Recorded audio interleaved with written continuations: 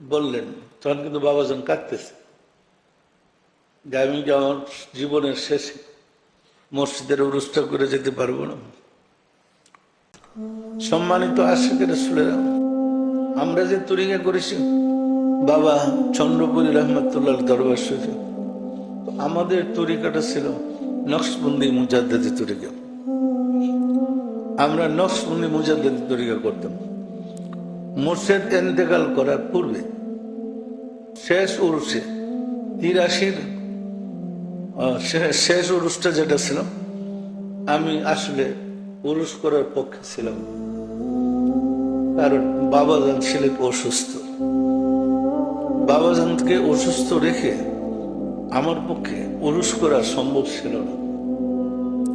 আমি একটা টিম করেছিলাম 11 জন খাদেম, 9 জন খাদেম, আমি সহ 9 জন, টোটাল গ্রুপে আমরা 9 জন ছিলাম। আমাকে ছাড়া আরো 8 জন ছিল। আমাদের দায়িত্বই ছিল, আমি দায়িত্ব ভাগ করে দিছি যে বাবাজানের সান্নিধ্যে 2 জন একাধারে কদম মুবারক কাছে, মাথা মুবারক কাছে একদম স্ট্যান্ড বাই দাঁড়িয়ে থাকবে, পর্যবেক্ষণ করবে সার্বক্ষণ ভাবে, সুবিধা অসুবিধা কি হচ্ছে দেখার জন্য।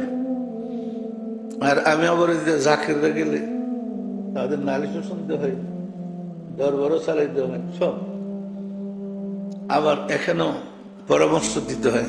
তো বাবাজান আবার এই অবস্থায়, আমি তো উরুস করবো না, কুরুসের পক্ষে ছিলাম না। একদিন আমাকে ডাক দিয়ে খেতে দিলেন,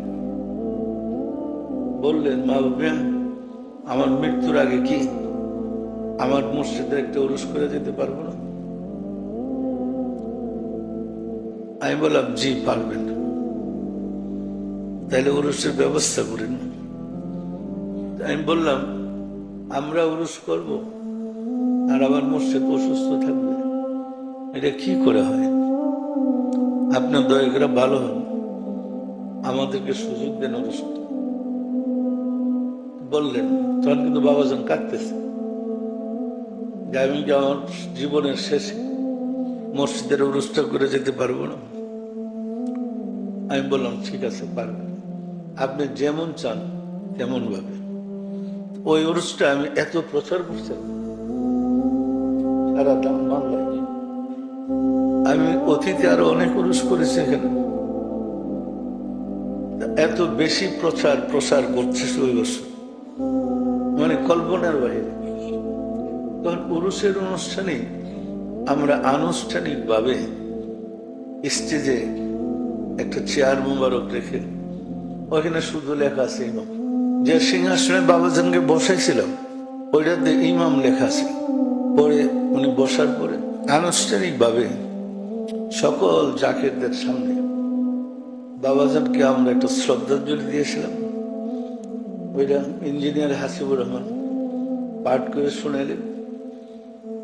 আর এরপরে আমি বাবাজানের সাথে কথা বললাম।